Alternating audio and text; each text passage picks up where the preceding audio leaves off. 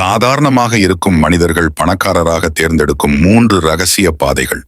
நண்பா, நீங்க நல்ல வழியில பணம் சம்பாதிச்சு உங்க குடும்ப கஷ்டங்களை போக்கி உங்களையும் உங்க குடும்பத்தையும் நல்லா வாழ வைக்கணும் என்ற கவலையிலையும் விடாமுயற்சியிலையும் இருக்கிறீங்களா? அப்படின்னா இந்த வீடியோ உங்களுக்கு தான்.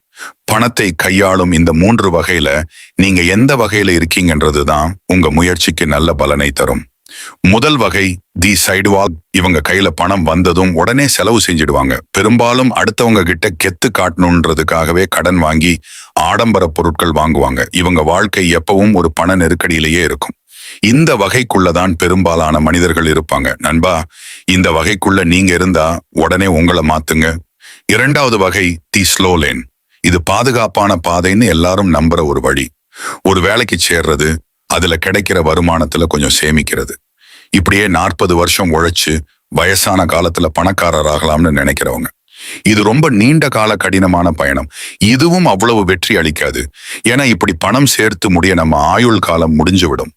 நம்ம சரியாக உண்ணாம உடுத்தாம கஷ்டப்பட்டு சேர்த்த பணத்தை வேற யாரோ அனுபவிப்பாங்க.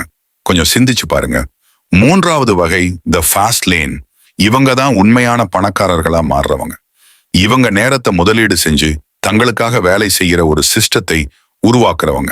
ஒரு பிசினஸ் அல்லது புதுமையான ஐடியா மூலமா நேர்மையான முறையில் குறுகிய காலத்துல அதிக செல்வத்தை இவங்க ஈட்டுறாங்க.